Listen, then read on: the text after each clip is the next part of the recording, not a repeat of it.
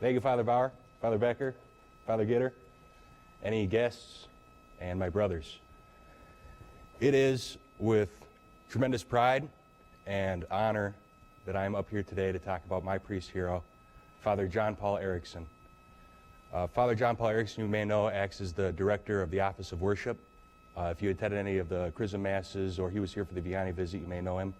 I met him for the first time about 6 years ago. No, but 2006 I met him. And he was fresh out of the seminary, young priest. He was actually the youngest priest at the time in the Archdiocese. He was the associate pastor.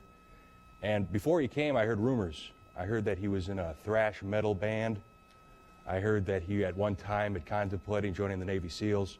So in my mind's eye, I kind of imagined a mixture between Ozzy Osbourne and Jesse Ventura.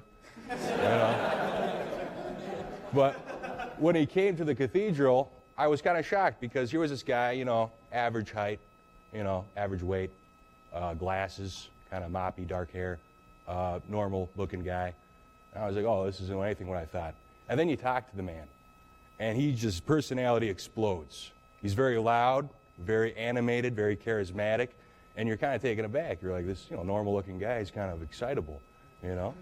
And, but that is the first thing I want to talk about. First aspect of Father Erickson that makes him one of my priest heroes is his joy. His joy is something that is obvious from the very first moment you meet him. He is one of the most authentically joyful men I have ever met. And his joy kind of permeates everything. I have never once seen Father Erickson burdened by organizing the Mass, emceeing the Mass. I have never once seen Father Erickson burdened by a conversation. I have never once seen him burdened by anything. He is always joyful, and he is always listening. It's a great honor to serve for him whenever he emcees one of these Masses. His humor is something that becomes quite obvious when you get to know him. I remember it must have been 2 years ago for Good Friday, the service, we couldn't find the clapper, you know, that wood thing.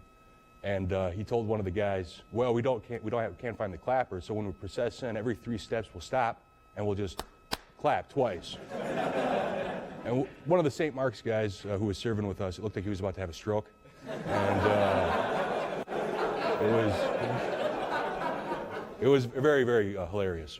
And it's one of the things, he brings humor, because sometimes serving at the cathedral can be very intimidating, you know. It's this, the procession in feels like, you know, 300 yards.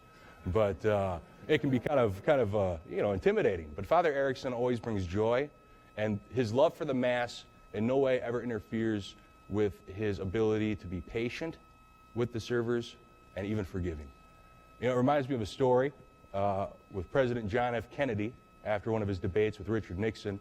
He was with one of his aides, and he said, I got to make a phone call. So he went and made a phone call to his father. And he said, how did I do, Dad? And the aide said that his face is lit up. And afterwards he says, you know what did he say? He said he loved it. But my father, he says, I could fall flat on my face.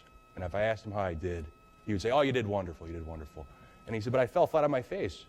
And he said, yeah, but the way you picked yourself up and kept going was inspiring. And that's Father Erickson. You could do anything, and he would still, you know, say, oh, that was you did a beautiful job. You know, it was awesome. And it's something that brings peace to your heart, and which brings me to the second thing I want to talk about, which is his charity. He is a very charitable man. He is always intentional with his listening. You can have a conversation with him. It doesn't matter who it is, whether it's Archbishop Neinstead, whether it's a server, whether it's just an old parishioner, or maybe even a difficult parishioner. He is always intentional in listening to them. He always cares about what the person's saying. And that's something you can pick up on quite easily, whether or not someone is actually listening and is interested in what you're saying. And it doesn't seem like a big deal, but for a person, you know, who's, you know, trying to talk to him, it makes all the difference in the world. I guess I want to also bring up the Russian writer Fyodor Dostoevsky. He once said in an interview, that our relationship with others is a direct reflection of our relationship with God. And I was kind of thinking about that, and you know, I think there's some truth there. You know, I think that the joy and the charity and the patience that Father Erickson shows to others is a direct reflection of the patience, the joy, and the love that the Father has given him. And I guess my prayer in front of you, in front of God, would be that whenever we experience this love from the good Lord, that we don't keep it to ourselves and bottle it up, but we let it directly influence how we relate to others. And that we let this love and this patience and this joy directly reflect our relationship with our brothers and with everyone. Whether we get married and have children, to our wives, to our children, or whether it be our parishioners. Praise be Jesus Christ.